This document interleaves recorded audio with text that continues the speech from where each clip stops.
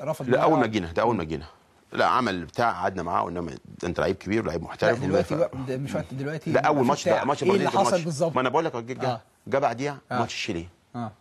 تشيلي في اسبانيا. واعتزل ما بين الشوطين.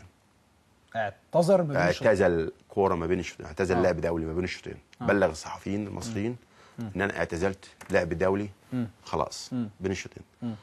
انا ما اعرفش الا بعد الماتش. الجهاز الفني مع اللعيبه ما تعرفش الا بعد الماتش. رئيس البعثه ما يعرفش الا بعد الماتش. الكلام ده. فطبعا انا دي نقطه حطيتها في دماغك؟ لا مش حاططها، لان دي برضو نسميها برضو ما قلت قبل كده ان الاحترافيه ما جاتش مصر. الاحترافيه مش معنى ان انا اتمرن كويس واتمرن طول النهار زي ما بيقول وبعد كده اجي اقول انا محترف. لا، احترافيه تعامل ازاي، تاكل ازاي، تشرب ازاي، تنام ازاي، تتعامل مع الناس ازاي، تقول ايه ما تقولش ايه، الكلام ده كل دي احترافيه ما تغلطش في الناس. فلما تيجي تعتزل ماتش دولي وبتعتزل ما بين الشوطين دي يعني عدم احترام لزمالك اللعيبه، عدم احترام للجهاز، عدم احترام للبلد اصلا، لمنتخب بلد. صحيح مش منتخب يعني.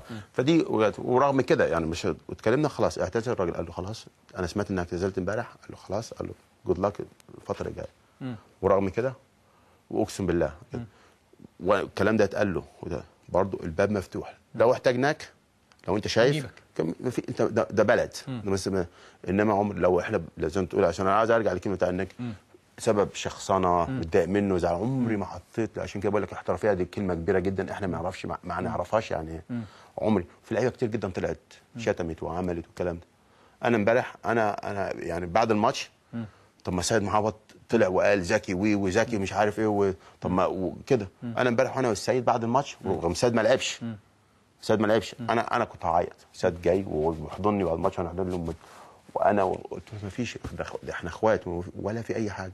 العمليه مش عمليه شخصنه او انا ضد مين او هو ضد مين والكلام ده. لا لا لا، احنا بناخدها بحساسيه وبناخدها. اصل احنا بص في مشكله في اللعيب المصري.